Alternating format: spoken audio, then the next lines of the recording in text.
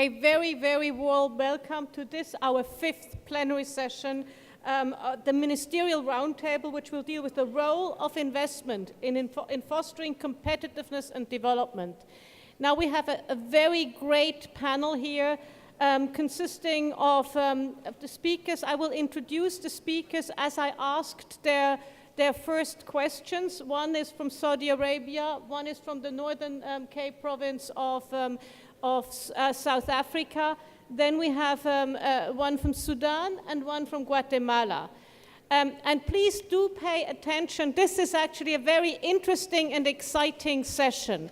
What we are going to do in this session is looking at what people, what countries, the visions of countries. This is really important, that countries tell themselves today, where do we want to be tomorrow? And just to tell you as an example of how important this is, I remember when I was a young PhD student in Japan, Dr. Dato Mahathir Mohamad had a vision, a Look East policy for Malaysia, and that really propelled Malaysia into the next stage. You look at this place, Dubai, they had a vision, and look at where Dubai is now, and the whole region. KSA has a Vision 2030, which we will talk about in detail. Dubai has a Vision 2021, Abu Dhabi 2030, Oman 2020, but for education and health 2030. So this region really thinks very, very hard on, we are here now. What are our issues? Where do we want to be tomorrow? And so we shape with that we shape the future of the countries. Now, it is a great honor indeed to introduce the first speaker, which is HRH Prince Saud bin Khalid Al Faisal Al Saud, the acting governor of the Saudi Arabia General Investment Authority. He is a PhD of King Fahd University. Yes, but it's not a PhD. Oh, well, okay. But thank you for the promotion. Excellent. So I just promoted him. His background is in finance. He spent 7 years in the crown jewel of Saudi Arabia in Saudi Aramco, and he's now at Zagia. The first time I met him, I was very impressed. He gave the country presentation here at AIM, and he did such a brilliant job, and he was so calm, so collected, and he answered every question, no matter how big, no matter how small, with such grace. So, now I will ask you my first question. Your Royal Highness, Vision 2030 is really transformational. You know, it looks at all sectors of Saudi societies. It looks, and it tries to also wean the country off its total economic dependence on oil.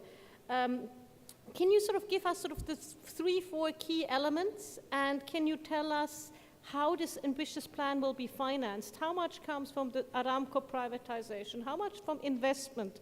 How much from the Sovereign Wealth Fund?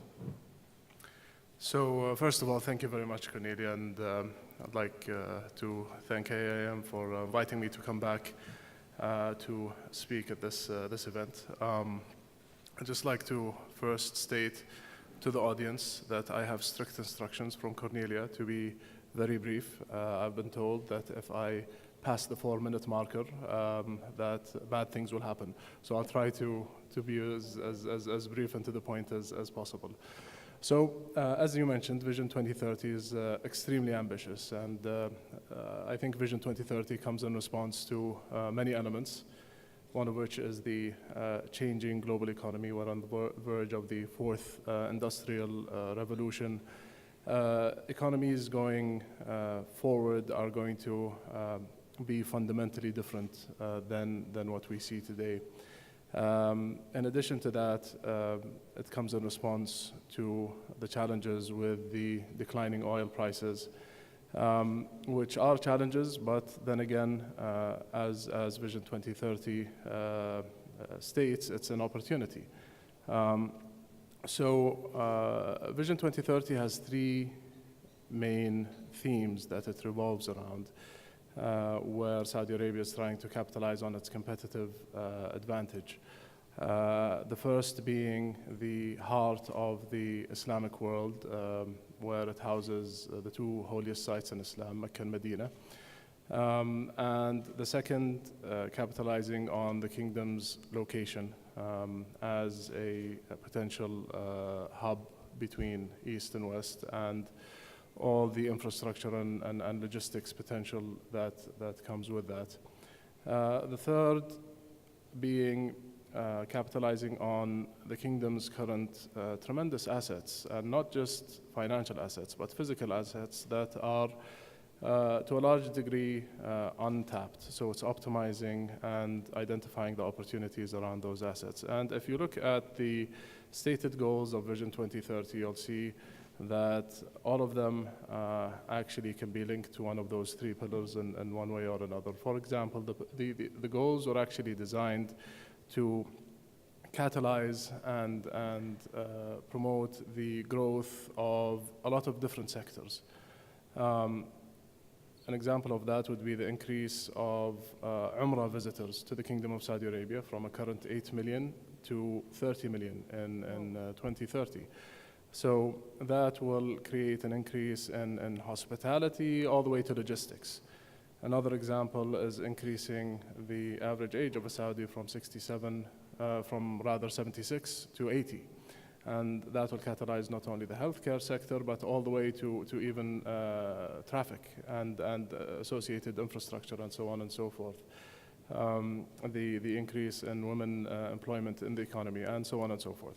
So that is a very high-level description of 2030. It's very ambitious. It's one of the most ambitious and most detailed, actually, plan amongst a lot of other similar plans which were announced. But all in all, we're looking at it as an opportunity. We look at the changing economic dynamics, global dynamics, whether it's and regional dynamics as opportunities, and we think that this is the right time to make that move.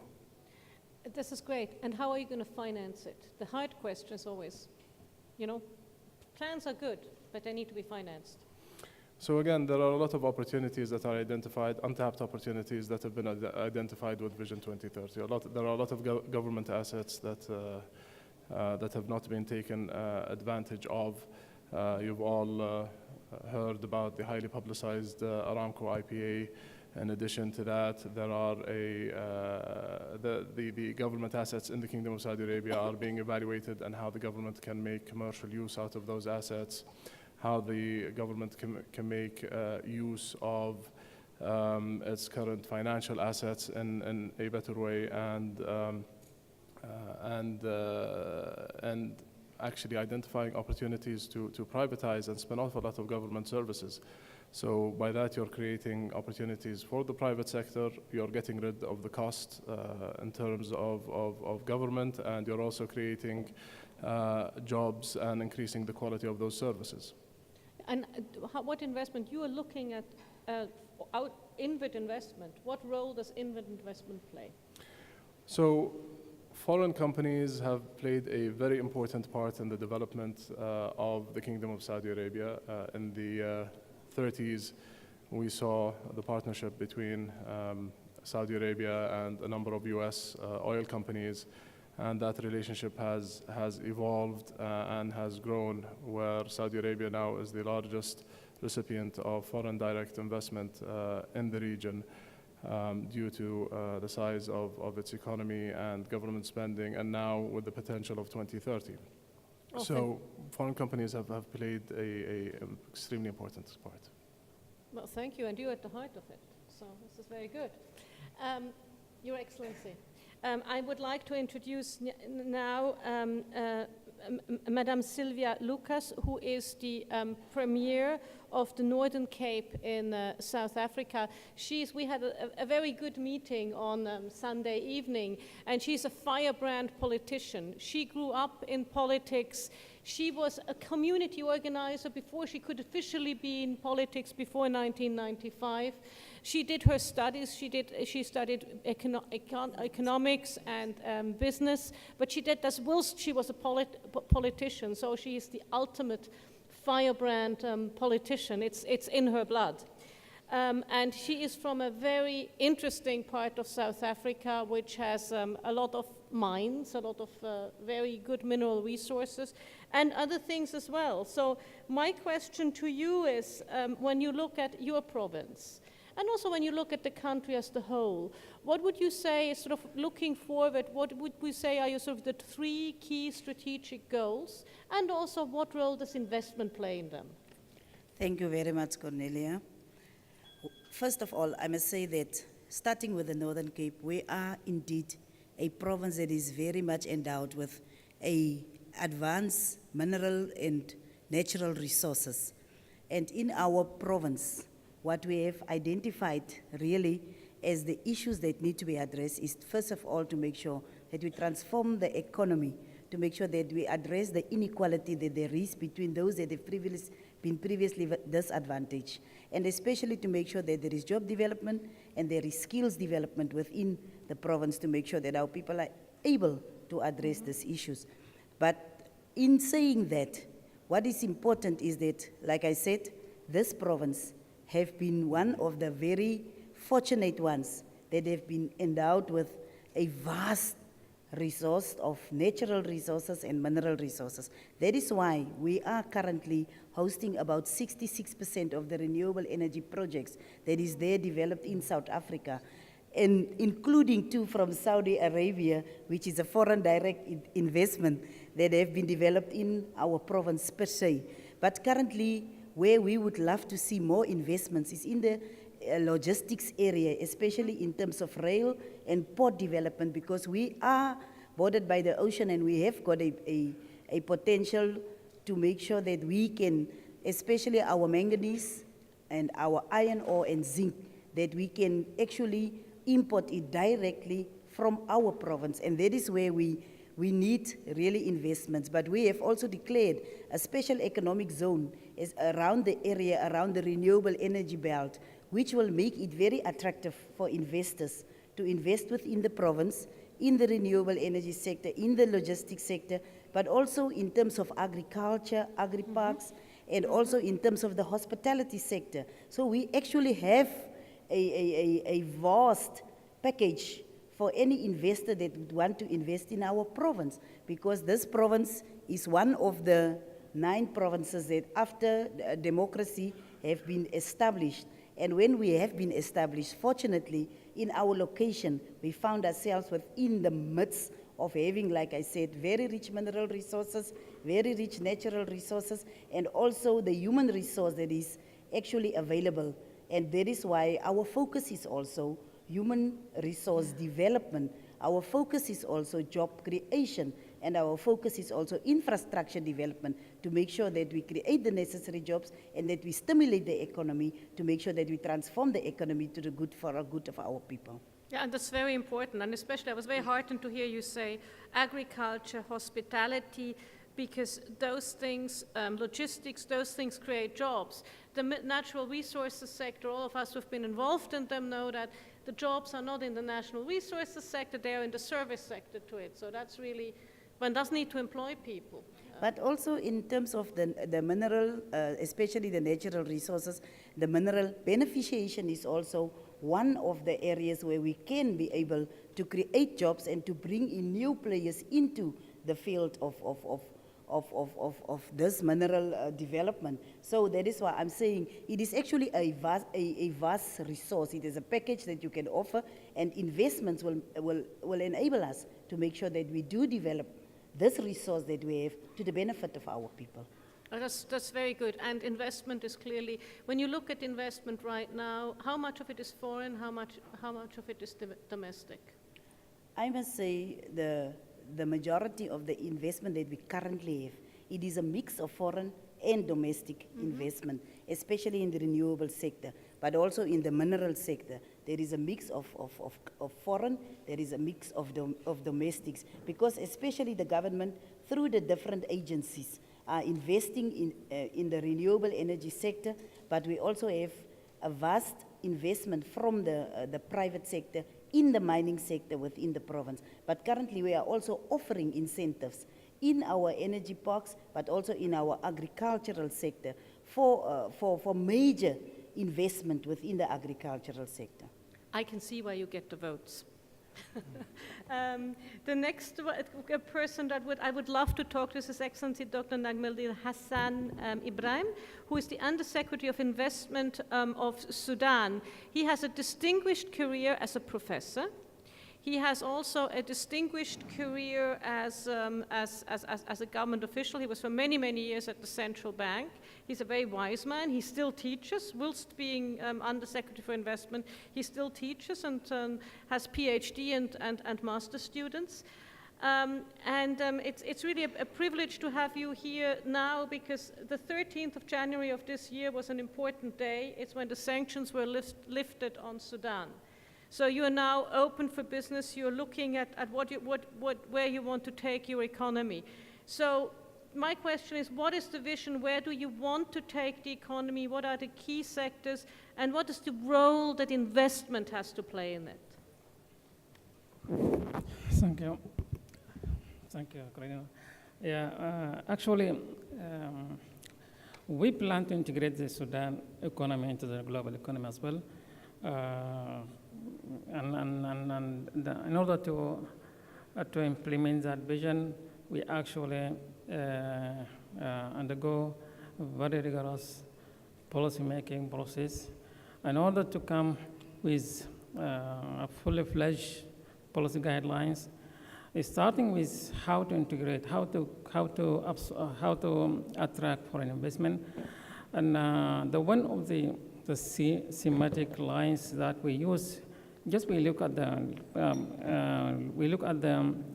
taking into consideration the ongoing positive political environment, landscape. So we look at the trade balance of those countries who are having online, in order to store the relationship previously was ranking ahead, and then to look into what the imports from other countries. Yes, I want to say that whenever I see that these imports, if I have absolute advantage that I can produce them, I can communicate directly with the industry or even with the government in order to have those imports online with our policy guidelines. To that extent, we need to offer the conducive environment. Whenever I track them, we can say that our privilege, our concessions, in order to come them on board, to say that we have offering a lot of concessions. And on the other line, we need to see what are the problems that does not encourage those investment in order to come on investing in Sudan. Incentives. That is, besides we have incentive. First of all, we have to look into what is known as a doing business as well. Doing business has a number of benchmarks that every country has to satisfy in order to be ranked at the space, because any investor need to come to invest in a country has to look at the doing business ranking. Based on that, we have we raise a concern. We raise a concern of policy making along the line of the political also as well, to see that Sudan rank far behind. So we need to restore the position of Sudan to have a good attraction of foreign direct investment. We had a team. The team is a super one under the patronage of His Excellency Vice President. This team has to investigate about the problems that rank Sudan to be late far away from the market of investment. So we detect a number of problems. This number of problems has been segregated into legal, into policy, into policy measures, and the like. And by the end of the day, within the process of policy making, and then taking into consideration the economic transformation from previous pre-sanction and after sanction, we need to have a good economic reform momentum, so that accordingly we have a coordination of policy set. This coordination policy has all solved all the problems concerning the policy and policy measures as well, so that this is harmonized For the legal matters that are under process, hopefully by the end of these 2 months, everything will be fine. Um, just a quick follow-up question. You mentioned yesterday in a conversation we had that in order to achieve all the things that you wanted to achieve, and especially you also want to create employment in the agriculture sector and so many things, but one of the things that you really need to build a lot on is the finance sector. So what precisely do you want to do in the finance sector, and what is your time frame? The finance sector, actually, we depend on the yes, still have a problem that we have a great volume of debt, outstanding debt of linked to the external sector, to other countries and other international institutions, so that unless we have that debt, it is the problem of getting that excess of new money as well. But it depends actually on final lifting of the sanction. Whenever we have a final lifting of sanction, we can normalize our relation, and then we solve all the problems that are clear the outstanding debt, and then go ahead for flushing new money as well. Thank you very much. And now we've gone from the center of this world and the center of the Islamic world to the southern tip of Africa, to back up north, and now we're going west. We're going to Guatemala. And it's a great honor to introduce Mr. Ezra Orozco, who is the Vice Minister of Economy of Guatemala, who is an economist by training, so they have the right person dealing with the economy, an economist. I would say that as an economist. And you have talked a lot about, how you really want to turn your country into a country of entrepreneurs. So can you tell us the vision for Guatemala? Where do you want to see Guatemala in 15 years' time, and how are you going to get from here to there? Okay, thank you. I think that my country is a very blessed country. We have a very privilege in our geographical position. We are very close to the United States, 2 hours flight. We have 2 oceans, and we have 2 ports that we can export from there. And we have a very fertile land. And a lot of people is running out from our country, and we are asking why.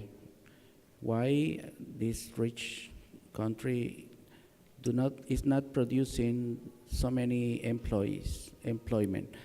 And then the answer is that the people needs entrepreneurship opportunities, because the vision of our country is to make a country of owners, not to be asking for jobs, but to be creating jobs. We have a lot of land. Actually, it was amazing for me to know that our watermelon from Guatemala, it's been sold here in Dubai. Also, we have a very good coffee, and our best rum is also consumed here in Dubai. And why is that? Even we do not have a diplomatic relationships, but we have commercial relationships, because our Mayan culture is a very rich culture that has entrepreneurship on the blood. So my vision and government vision is to create a country of owners, that we can export entrepreneurs, that we can create jobs for all the region. We have started our regional integration. Our neighbors, Honduras and El Salvador, we are going to be one only territory. Flights from Guatemala to Honduras are local flights now. We have free transit of people and goods between our 3 countries. So we are expanding, and the 2 goals in 15 years, we want to see Central America integrated as a nation, as only a territory, as one territory, and one and only, and to make a territory of owners, so everybody can be exporting and be the owner of their own business. Well, it's very heartening for me as a European to see regions who want to integrate. We seem to be doing the opposite. What role does investment play, especially in this, in this bigger integrational theme? What role does investment have, be it domestic investment, being intra-regional or from outside the region? What is the role of investment in achieving that integrational goal? Yes, I see that Central American countries are being integrated naturally because we are the best commercial partners nowadays. So what we need is to create the infrastructure, intra-regional infrastructure, in order to create roads. And we don't have trains in Central America, and we don't have big roads that can unite all the territories. So I think the infrastructure has to be in order to create more facilities to the transportation of goods and people, airports and ports and roads. Even we are thinking about creating a train station in every country. So the most infrastructure that we need is in order to provide the facilities to transport the goods and to facilitate the trade. Fantastic. Now, Your Royal Highness, you've heard, you're coming with your vision, you've looking at the other three visions and the role of investment. And as you head up an investment agency, what are your observations on what you've just heard? Well, I wouldn't be, I wouldn't assume as to actually give advice or my thoughts on any other plan or vision or economic development goals.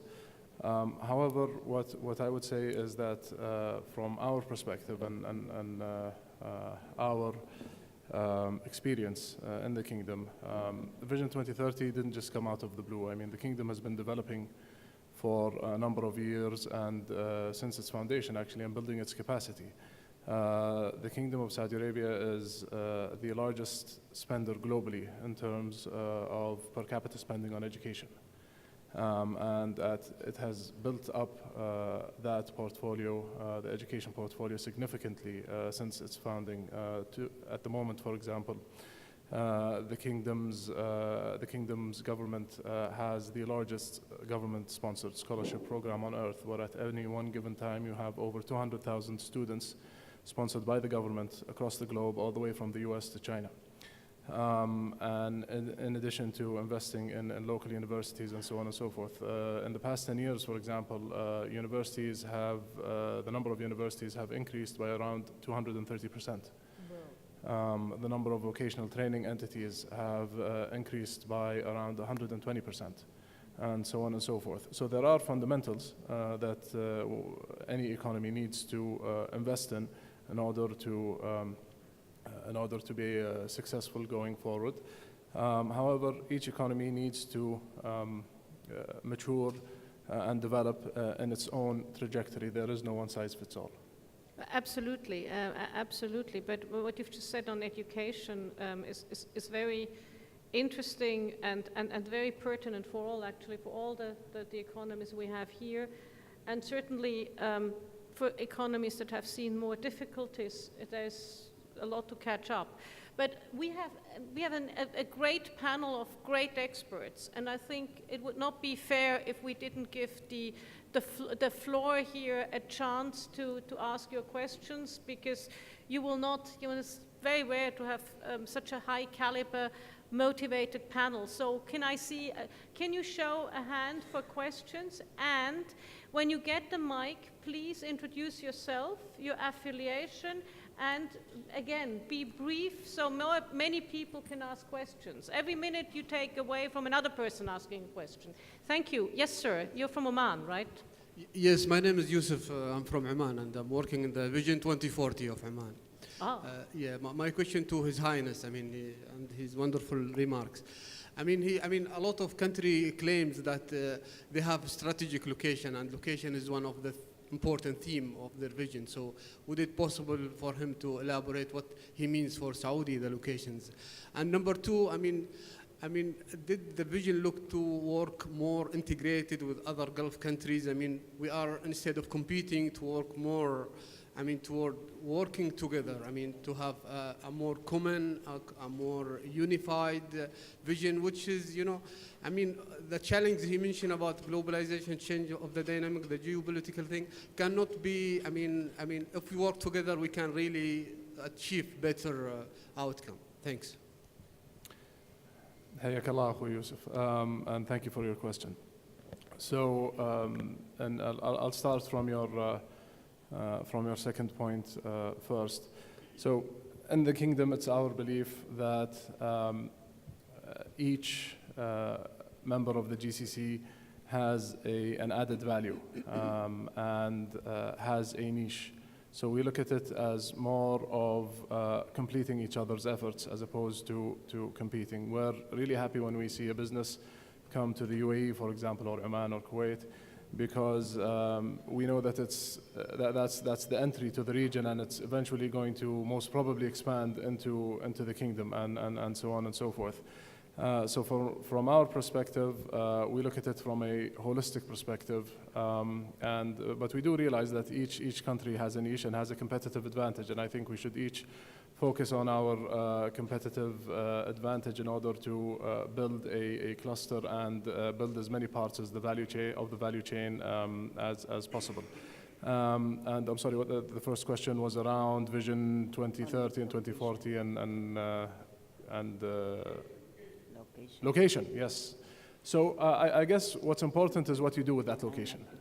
You know, a lot of countries can, you know, the GCC can make the same claims. I mean, we're centrally located between Asia, Africa, and Europe, and we're in a 3-hour flying radius of around 1 billion people and so on and so forth. So what's important, I guess, is what you do with that location. In terms of the kingdom, you know, an advantage we have is being on the Red Sea and being on the Gulf, having borders with 8 countries. So you know, we think that's important. But I guess the key message is no matter how good your location is, the important thing is what you do with that location. Yeah, that's very true, and it's good to see countries wanting to work together. Again, coming from Europe, that's a very encouraging thing to see. I think we had a question back there. Could a microphone please go back there? Where's the mic? Hello? Madam, the mic is back there. Okay.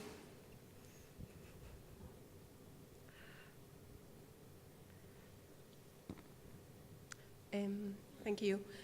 Yeah, it's a question regarding the last point about the plans for education enhancement in Saudi Arabia. I'm interested in knowing if there are any policies in place to align the outcomes of the education programs that are being now, let's say, rolled over with you know, the human capital that's coming out of there in terms of allowing the future entrepreneurs, future academics to integrate, you know, in society, to contribute to society with all the value they've learned in education. That's my question. Thank you. Your Royal Highness. So thank you for your question. The government and the Ministry of Labor specifically has a lot of programs around matching the skill sets to the job market and so on and so forth. There's actually a number of automated programs that do that matchmaking to be able to make it easier for the employer and the job seeker to find that match. The Ministry of Labor is also working closely with the Ministry of Education in terms of fine-tuning the curriculum and making it more relevant to the actual needs and future needs of the market. Having said that, the efforts towards entrepreneurship are also extensive in the Kingdom of Saudi Arabia. I don't know if you've taken a look at the Global Entrepreneurship Monitor that was just published. It has some very interesting numbers about entrepreneurship in Saudi Arabia. In fact, one specifically around female entrepreneurship, where Saudi Arabia ranks 23rd or 24th, I believe, out of 66 nations. Saudi Arabia, 4 out of every 10 entrepreneurs are female.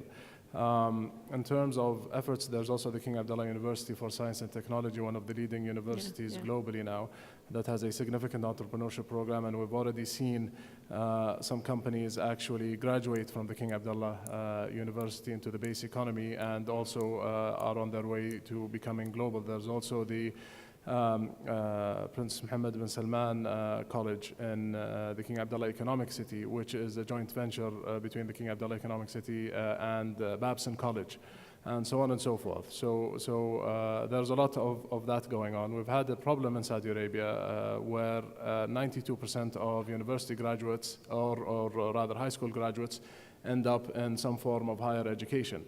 Now, that is a problem because the need for university graduates is gradually, it has peaked basically. So now we need more people in terms of vocational training and with vocational skills and so on and so forth. So.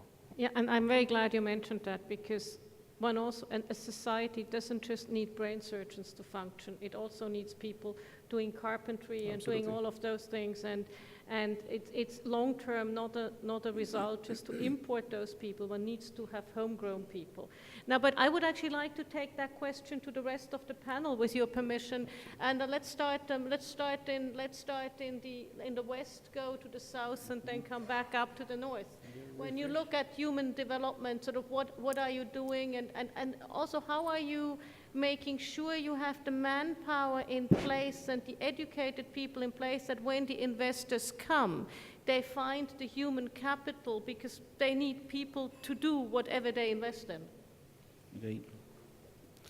That is an important question, because our traditional education systems are not producing what we need, especially with the mindset of our people that are not being able to create jobs, in order that they are all trying to look for jobs. So we need to invest in an educational system, because I think the people needs to know that they are able to create a new culture. In Guatemala, for example, we are trying to implement in the public schools for the very first time entrepreneurships and financial education in the first grades. And that is a very important change in our educational system.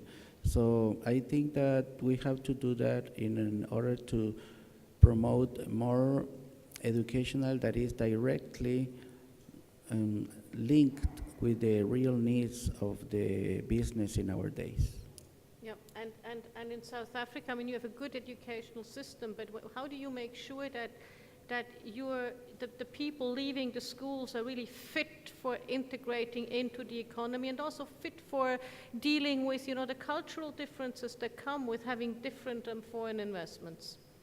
First of all, let me start by saying, as a province specifically, but also for the Greater South Africa, education was declared as an apex priority. Mm-hmm. That means that in terms of our budgets that we are spending on social needs, we always make sure that education get the biggest chunk of the budgets. Mm-hmm. And especially in our province, I can attest to the fact that we are giving the biggest chunk of our budget to make sure that we ensure education.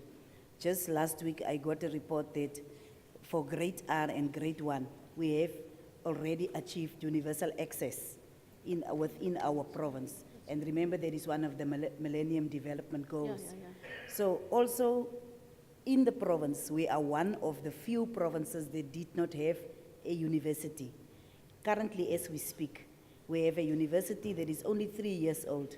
But in all the time that the university have been now established, we have seen more than 80% achievement in terms of our university students.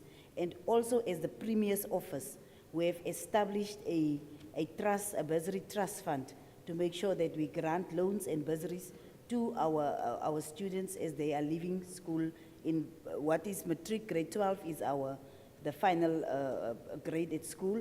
We are making sure that we assist them, but we are also working with the private sector, especially the mines, to make sure, and currently now, as we speak this year, we have included the renewable energy sector to make sure that the issue of finance for tertiary education is not a challenge for our young people. But also the central government have actually put up what is now the sector educational and training authorities, through which those that cannot enter colleges, that cannot enter universities, will be able to access training through internships, through learnerships, and that is how the CETAs, what we call them generally, is assisting in making sure that young people have got access to training. But we are also insisting that any new development that is coming, especially to our province, they must make sure that they've got a sector for skills development and for training. And also we have got what they call the technical colleges, but in South Africa we call them the TVETs, the Technical Vocational Education and Training Colleges, to make sure that we also develop the skills that are necessary, especially in construction, infrastructure development, and so on. So that is why I'm saying we as South Africa, and in particular the Northern Cape, we are putting a very high premium on our human resource development to make sure that we have people that are skilled, that have the necessary skills to be able to deploy it into the economy to make sure that they make a difference. Because one of the issues that when we started as this administration in 2014, one of the issues that we have actually found is that people have actually been hiding behind this thing, saying that, but you don't have the necessary skills.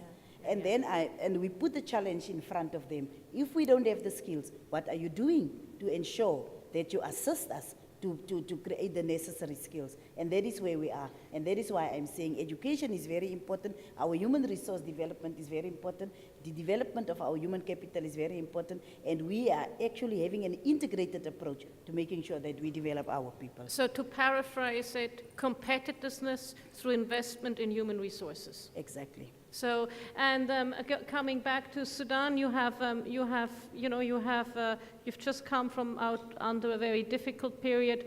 What are you doing in terms of making sure you have the right, you get your people ready to receive investment in terms of, having the competitive workforce? Just I want to turn back a little bit far. During the last 2 decades, we have only 5 universities in Sudan. By now we have around 37, 38 universities. 10 of them are specialized in agriculture, specialized in energy, specialized in oil extraction and the like. This also had been established according or online with the investment mission we are attracting as well. So along line with other institutes, specialized institutes and other advisory services on the agriculture, research and development issues and the like.